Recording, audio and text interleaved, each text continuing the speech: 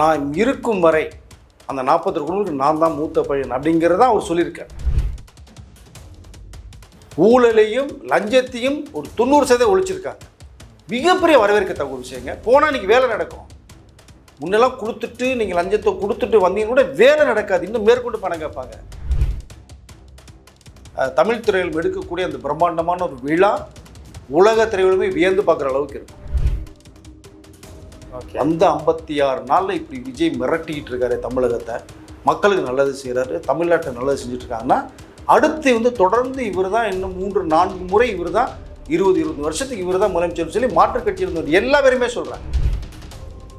வைகோ அவர்கள் வானளவு உயர்ந்து பேசுகிறார். இப்படி ஒரு விஷயம் நடந்ததை என்னுடைய அரசியல் வழியில் பார்த்ததே இல்லை என்றார். காஃபி கடை நேயர்களுக்கு வணக்கம். இன்று நம்மோடு இணைந்திருப்பவர் மூத்த பத்திரிகையாளர் திரு வெங்கடேஷ் அவர்கள். வணக்கம் சார். வணக்கம் சார். விஜய் அவர்கள் முதலமைச்சர் ஆனதுக்கப்புறம் நிறைய விஷயங்கள் பண்ணிக்கிட்டு இருக்காரு. அதில் மிக முக்கியமான ஒரு விஷயமா இப்போ பார்க்கப்படுறதுன்னா கரூர் போகிறாரு முதலமைச்சர் அப்படிங்கிற ஒரு விஷயம். கரூர்னாலே விஜய் அவர்களுக்கு நிறைய கெட்ட பேரையும் ஏற்படுத்தியிருக்கு, விமர்சனத்தையும் ஏற்படுத்தியிருக்கு. இவ்வளோ நாள் ஆகி இப்போ கரூருக்கு முதலமைச்சர் போகிறதுக்கான காரணம் என்ன சார்? இல்லை கரூர் மக்களை சந்திக்கணுங்கிற எண்ணம் அவருக்கு அன்னையிலிருந்தே இருந்தது. அது தேர்தலுக்கு முன்பாக கரூர் மக்களை சந்திச்சுட்டு வரணுன்னு தான் ரொம்ப ஆசைப்பட்டார். அதுக்குள்ள சூழ்நிலை அமையலை அவருக்கு. அதனால தான் அவர்களை இங்கே வர வச்சு நம்ம பார்த்த ஒரு விஷயம் ஒன்று இருக்குது. அவர்களுக்குள்ள ஒரு மரியாதை கொடுக்கப்பட்டது இருக்குது. நிறைய மனம் உருகி அவர் அழுது அவர்கிட்ட பேசின விஷயத்தை நம்ம பார்க்க முடிஞ்சது தான். பட் அவர்களுக்கு அன்றைக்கி ஒரு நிதி உதவி 20 lakhs வரைக்கும் பண்ணினாங்க. பட் ஈடு செய்ய முடியாத ஒரு இழப்பு. இந்த 41 குடும்பங்களுக்கும் இந்த விஜய் ஒரு மகனாக இருக்கேன்னு சொன்னார். அதாவது இந்த பெற்றோர்களுக்கு மகனாக இருக்கேன், அங்கே இருக்கிற பசங்களுக்கு ஒரு அண்ணனாக தம்பியாக நான் இருக்கேன் அப்படிங்கிறத சொன்னார். இப்போவும் அதான் சொல்கிறார். நான் இருக்கும் வரை அந்த 40 குடும்பத்துக்கு நான் தான் மூத்த பையன் அப்படிங்கிறத அவர் சொல்லியிருக்கார். பட் அதனால போகணும்னு நினச்சது போக முடியல.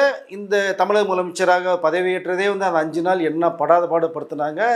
திடீர்னு எதிரியும் புரியுமா இருந்தவங்களாம் கூட்டணி அமைச்சு விஜய் அவர்களை முதலமைச்சராக கொண்டு அந்த பிளான் போனது எல்லாருக்குமே தெரியும். அந்த உளைச்சல் கொஞ்சம் இருந்தது. மக்களுடைய தீர்ப்பு 108 சீட் கொடுத்துட்டாங்க. பட் ஏன் இவ்வளோ ப்ராப்ளம் வந்ததுங்கிறது அந்த ஒரு விஷயம். பட் அதற்கு மீறி தமிழக முதலமைச்சராக பதவியேற்ற அந்த இப்போது கரூர் மக்களை சந்திக்கணுன்ற ஆசை அவருக்கு முன்னாடி இருந்தது. ஃபஸ்ட்டே தேர்தலுக்கு வெற்றிக்கு பிறகு தமிழக முதலமைச்சராக உட்கார வச்சதுக்கு பிறகு கரூர் மக்களை சந்தித்து தான் அடுத்த ஸ்டெப் எடுக்கணும்னு பார்த்தார். பட் அதுக்கிடையில் தான் இங்கே நடக்கிற சம்பவங்கள் எல்லாமே கரூர் மக்களை தவிர தமிழக மக்களை தவிர இந்திய மக்களே பார்த்துட்ருக்காங்க. உலக மக்கள் கூட இப்போ வியந்து பார்த்துட்ருக்காங்க.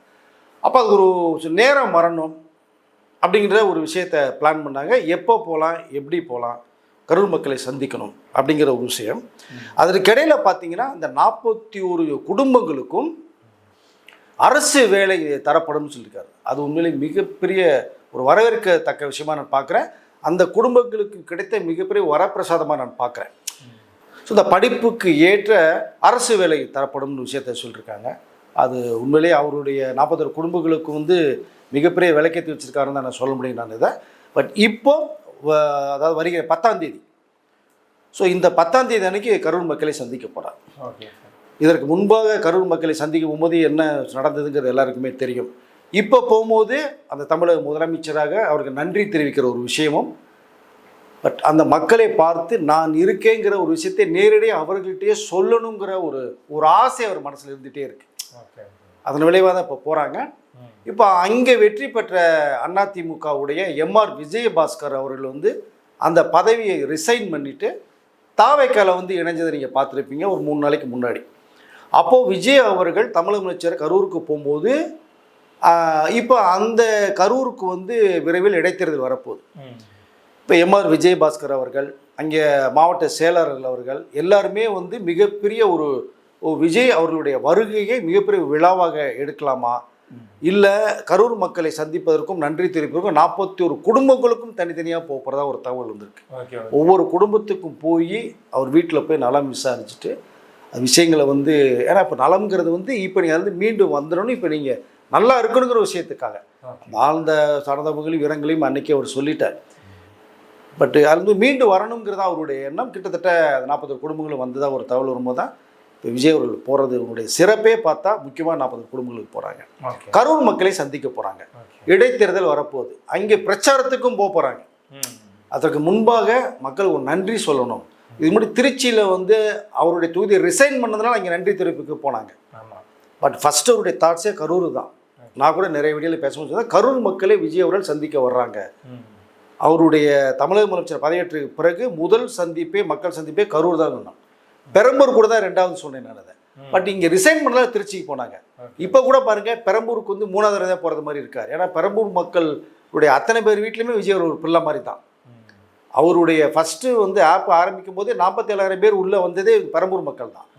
பெரம்பூரில் வந்தீங்கன்னா பார்த்தீங்கன்னா 100 கோடி ரூபாய் திட்டத்துக்கு ஒரு வேலைப்பாடு நடந்துட்டு இருக்கு. அவர் வெளிநாடு மாதிரி வந்து பெரம்பூரை மாற்றணும். ஒரு சுருக்கமாக சொன்னால் வந்து ஒரு 6 ஏக்கரில் வந்து 25 கோடி ரூபாய் செலவில் நிறைய ஸ்போர்ட்ஸ் கேம் பண்ணுறாங்க. இண்டோர் ஸ்டேடியம், அவுட்டோர் சொல்லி அந்த ப்ரோக்ராம் ஒன்று பண்ணுறாங்க. ஒரு சைல்டு மல்டி நேஷ்னல் ஹாஸ்பிட்டல் மாதிரி ஒன்று பண்ண போகிறாங்க, பல்நோக்கு மருத்துவமனை. அதோட டயாலிசிஸ் சென்டர் ஒன்று ஓப்பன் பண்ண போகிறாங்க. ஸோ அது ரொம்ப சிறப்பாக பார்க்கப்படுது. இப்போ பெரம்பூர் மக்கள்லாம் மாதத்துக்கு ஒரு தடவை பெரம்பூர் மக்கள் சந்திச்சு வர போகிறாங்க. அவருடைய அலுவலகம் திறக்க போகுது. இப்போ அதோடு சேர்த்து இந்த 6 ஏக்கருக்கு வந்து அந்த அடிக்கல் நாட்டு விழாவுக்கும் போகிறாங்க. இங்கே ரோடுகள்லாம் வேறு மாதிரி லெவல் பண்ணி, ஸோ அதில் ஒரு என்டர்டெயின்மெண்டான விஷயங்களும், அதில் நீச்சல் குளங்கள், போக்குவரத்து, அந்த ஏரி மாதிரிலாம் டெவலப் பண்ண போகிறாங்க. பட் அதுக்காக வந்து இப்போது அது கூட 3வது ப்ரைஸ் வர்றாங்க. 2வது போகும்போது கரூர் மக்கள் சந்திப்பு. அங்கே இப்போ அரசியல் ரீதியாக நிறைய விஷயங்கள் பேசப்படுது. எதற்கு கரூர் சந்திரிக்கா இப்போ போகிறாங்க வர்றாங்க அப்படின்னு. ஏன்னா அவருக்கு மனசில் ஓடிக்கிட்டே இருக்குது, கரூர் மக்களை போய் சந்திக்கணும், அந்த மண்ணை போய் தொட்டு வணங்கிட்டு வரணும்னு ஆசைப்படுறாரு. ஏன்னா எதிர்பாராத சம்பவம் நடந்தது. அது எப்படிங்கிறது எல்லாருக்கும் தெரியும். அந்த மக்களை போய் நேரடியாக பார்த்துட்டு வரணுங்கிறது அவர் ரொம்ப நாள் ஒரு எண்ணம் மனசில் ஓடிட்டு இருந்தது. அதான் வரக்கூடிய 10ஆம் தேதி போகிறாங்க. மக்கள் சந்திப்புக்கு பிறகு நிறைய விஷயங்கள் வரும். 41 குடும்பங்களுக்கும் அரசு வேலை கண்டிப்பாக உண்டு. ஓகே சார், இதை தொடர்ந்து இன்னொரு விஷயமும் பேசப்பட்டுக்கிட்டு இருக்கு. தமிழ் நடிகர்கள், திரைப்பட சங்கத்தில் உள்ளவங்க, சினிமாவில் உள்ள எல்லாரும் சேர்ந்து முதலமைச்சருக்கு ஒரு பாராட்டு விழா எடுக்க போகிறாங்க, அதுக்காண்டி அனுமதி கேட்கறதுக்காண்டி முதல்வர்கிட்ட காத்துக்கிட்டு இருக்காங்க அப்படிங்கிற ஒரு செய்தி வருது சார். இது எந்த அளவுக்கு உண்மை? 100% உண்மை. ஏன்னா தமிழ் திரையுலகத்திலிருந்து முதலமைச்சர் ஆனது வந்து 2 பேர் தான். ஒன்று மக்கள் தலைவர் எம்ஜிஆர் அவர்கள், அதற்கு அடுத்து ஜெயலலிதா அம்மையார் அவர்கள். அதற்கு முன்னாடி நீங்கள் அறிஞர் அண்ணா அவர்களும் கலைஞர் அவர்களும் ஒரு எழுத்தாளர்களாக கதைவசம் நிறைய எழுதப்பட்டதில் போனவங்க. அதெல்லாம் சொன்னேன், எப்போவும் திரும்ப சொல்கிறது, அரசியலையும் கலைத்துறையும் பிரிக்க முடியாது, 2 கண்கள் மாதிரி. அப்போது இங்கே விஜய் அவர்கள் முதலமைச்சர் வந்து 2 வருஷத்தில் கட்சி ஆரம்பித்து மிகப்பெரிய வெற்றியை பெற்று இன்றைக்கு தமிழக முதலமைச்சராக பல சாதனைகளை பண்ணிட்டு இருக்காங்க.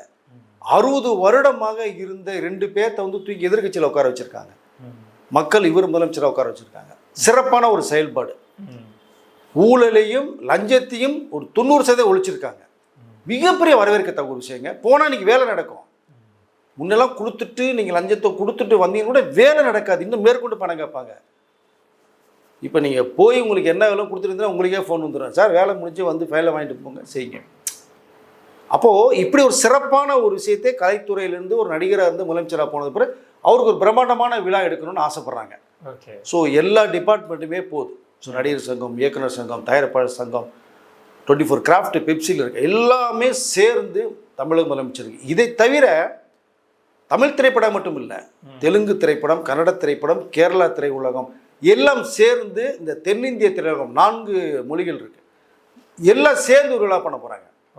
அதில் அத்தனை அந்த லாங்குவேஜ் இருக்கிற அத்தனை சூப்பர் ஸ்டார்களும் வர்றாங்க. வந்து இந்த விழா மேடையில் விஜய் அவர்களை கௌரவிக்கிறாங்க. பட் பிரம்மாண்டமாக இருக்கணும் அப்படிங்கிறது அவங்களுடைய எண்ணம். அதனால் இது சம்மந்தமாக தமிழக முதலமைச்சர்கிட்ட வந்து பேசப்பட்டு ஒரு அப்பாயின்மெண்ட் கேட்டு இது விஷயமாக எந்த தேதி என்னங்கிறத நீங்கள் கொடுத்தீங்கன்னா நான் ஆர்கனைஸ் பண்ணுறோன்னு சொல்கிறாங்க. அது பிரம்மாண்டமான விழாவாக ஒரு நாள் விழா தான். ஆனால் விஜய் அவர்கள் எஸ்ன்னு சொன்னதுக்கப்புறம் அந்த எஸ்ன்னு சொன்னதுலேருந்தே தினம் மிகப்பெரிய விழாவாக தான் அது ஆரம்பம் தான் நான் நினைக்கிறேன். அதனால் கூடிய சீக்கிரம் வந்து இது நடக்க போகுது. அது விஜய் அவர்கள் வந்து எப்போ டேட் கொடுக்குறாங்கன்னு தெரியல. கொடுத்துட்டாங்கன்னா உடனடியாக வேலையில் ஆரம்பமாகும். அந்த தமிழ் திரையுலகம் எடுக்கக்கூடிய அந்த பிரம்மாண்டமான ஒரு விழா உலக திரையுலகமே வியந்து பார்க்குற அளவுக்கு இருக்கும். ஓகே சார், இதை தொடர்ந்து பார்த்தீங்கன்னா நிறைய இடங்கள்ல லஞ்சங்கள் வாங்கலை, வேலைகள் டைமுக்கு முடியுது. இப்போ நீங்கள் கூட சொல்லியிருந்தீங்கிற போது விஜய் இந்த ஒரு விஷயத்த முதல் அறிக்கையிலேருந்தே சொல்லிட்டு இருக்காரு, லஞ்சம் ஊழலற்ற ஒரு ஆட்சியை நான் தருவேன்னு. எல்லா கட்சிகளும் சொல்றது தான். விஜய் என்ன செய்ய போறாருங்கிற ஒரு கேள்வி இருந்துகிட்டே இருந்தது. ஆனா நிறைய வெளிப்படைத்தன்மையா தெரியுது, நிறைய இடங்கள்ல லஞ்சங்கள் வாங்கப்படல, சொன்ன டைம்ல வேலை முடியுது. இதை வந்து எல்லா துறையை சேர்ந்தவங்களும் சொல்றாங்கல்ல.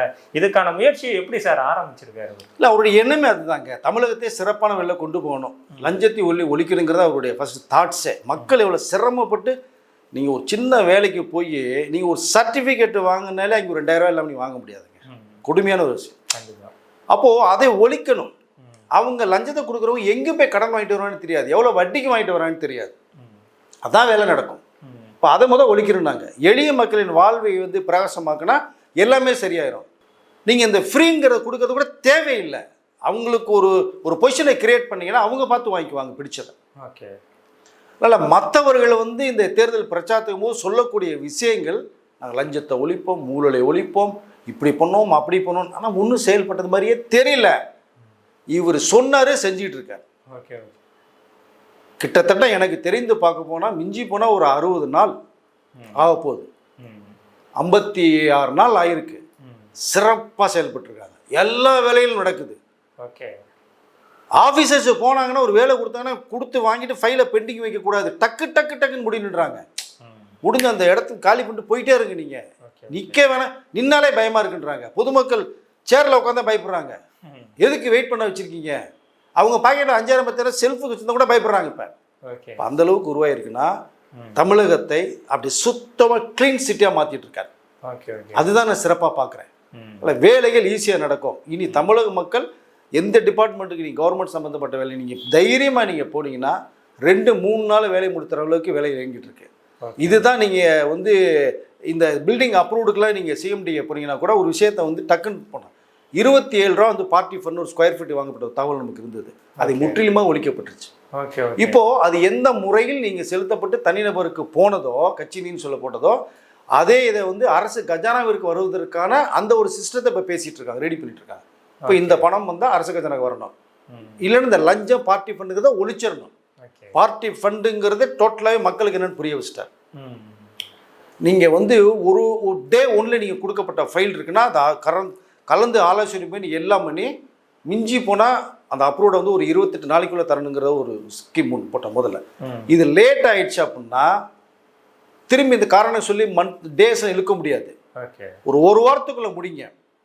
இல்லைன்னா செகண்ட் ஒரு ஜீவோ போட்டதாக ஒரு தகவல் ஒன்று வருது. அதை 1 to 7 ஒரு 10 டேஸ்க்கு நீங்கள் முடிக்கலைன்னா ஃபைல் எக்ஸ்டெண்ட் ஆச்சுன்னா அது ப்ராப்ளத்தை கிரியேட் பண்ணுற மாதிரி வரும். எதற்காக வெயிட் பண்ணுறது, ஏன் வெயிட் பண்ண காரணம்?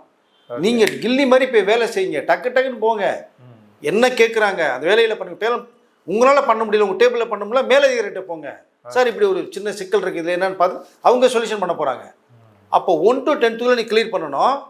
பண்ணலை அப்படின்னா ஏதோ ஒரு விஷயத்துக்கு லஞ்சத்துக்காக வெயிட் பண்ண வைக்கிறாங்கன்னு தெரியலன்னா 28வது நாள் நீங்கள் அதை கிளியர் பண்ணி கொடுத்தே ஆகணும். ஒரு சிஸ்டம் வந்து பில்டர்ஸ் எல்லாமே ஹாப்பியாகிறாங்க. நான் பேசும்போது தான் சொல்கிறாங்க, சார் முதல்ல 1 to 7th வரைக்கும் 10th வரைக்கும் டேல்ஸை முடிக்குன்னு சொன்னாங்க சார். நாங்களாம் போய் கேட்கும்போது பார்த்தோம்னா அது அப்படி தாங்க பேசுவாங்க வருவாங்க, எங்களுக்கு நீங்கள் பண்ணதா ஃபைல் மூவ்ங்கிற மாதிரிலாம் பேசும்போது எங்களுக்கு திக்குனாச்சு. என்னடா விஜய் ஒரு முதலமைச்சர் பேர் இப்படி ஒரு விஷயத்த சொல்கிறாங்க, மாற்றிருக்காங்க, ஆனால் இங்கே போனால் இப்படி வருது அப்படிங்கும்போது சரி நம்ம பழையபடி கொடுத்துதான போடுற வழியிலே நினைக்கும் போது செகண்டாக ஒரு ஆர்டர்னு வருது. டே 1லேருந்து ஒரு 7-10 நாளைக்குள்ள நீங்கள் முடிக்க முடியலன்னா கலந்து ஆலோசனை பண்ணி முடிச்சு 28வது நாள் நீங்கள் அதை ஃபைலை கிளியர் பண்ணி கொடுத்துருன்னு இப்போ ஆட்டோமேட்டிக்காக வேலை நடக்குது. இது மாதிரி நிறைய துறைகள், கல்வித்துறையிலேருந்து பார்த்தா 5 லட்சம் 10 லட்சம்னு ஸ்டூடெண்ட்டை தகுந்தது மாதிரி வந்து நீங்கள் பார்ட்டி ஃபண்ட் வாங்கிட்டு இருந்தாங்க. ஸோ ரெனிவல் பண்ணுறதுக்கு லைசன்ஸுக்கு அதுக்கு இதுக்குன்னு ஒன்றும் கிடையாது. நீ போய் அப்ளை பண்ணினா 3 நாள் உங்களுக்கு கிளியரன்ஸ் ஆகி வந்துடும். இப்போ எல்லா துறையிலுமே எங்கிட்டு இருக்குது. டாஸ்மாகில் 10 ரூபா பாட்டில் ஒரு மேட்ரு ஓடிட்டு இருந்ததில்ல, அதுக்கு வந்து ஏஐ மிஷின் வச்சு எக்மோரில் 2 மிஷின் வச்சுருக்காங்க. நீங்கள் ஒரு பாட்டில் வாங்கிட்டீங்க அப்படின்னா அதில் ஸ்டிக்கர் ஓட்டப்பட்டிருக்கோம்.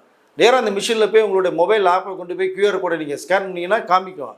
பாட்டில் நீங்கள் உள்ளே போட்டிங்கன்னா 10 ரூபா வச்சு 5 செகண்டில் உங்களோட அக்கௌண்ட் கிரெடிட் ஆயிரும்.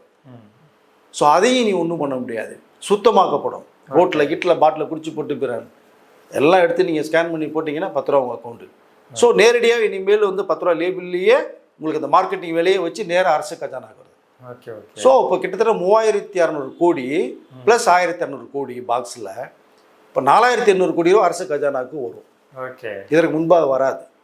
இது மாதிரி தான் எல்லா துறையிலையுமே அது கரெக்ட் பண்ணி மக்கள் வரி பணத்தை கொள்ளையடிக்கக்கூடாது. அதுதான் சொன்னார் சட்டசபையில். தொடமாட்டோம், தொடுறவங்களை விட மாட்டோம், தொட்டாலும் விட மாட்டோம் இல்லையா, தொட்டவங்களையும் விட மாட்டோம். இதுதான் சட்டசபையில் ஒரு பார்ட்டி பண்ண ஒரு விஷயத்தை பேசுது. மக்கள் வரி பணம் கஷ்டப்பட்டு செலுத்துறது, அதை நம்ம கஜானாவை கொண்டு வரணும், அதை மக்களுக்கே வேற ரூட்ல நம்ம கொண்டு போய் சேர்க்கணும். அதுதான் உங்களுடைய ஸ்பெஷல். அதனால தேர்தல் பிரச்சாரத்துக்கு முன்பாக சொன்ன அத்தனை விஷயங்களையுமே ஒன்று ஒன்றாக செயல்படுத்திட்டு இருக்காரு. இது மிகுந்த ஆச்சரியக்குரிய வருது.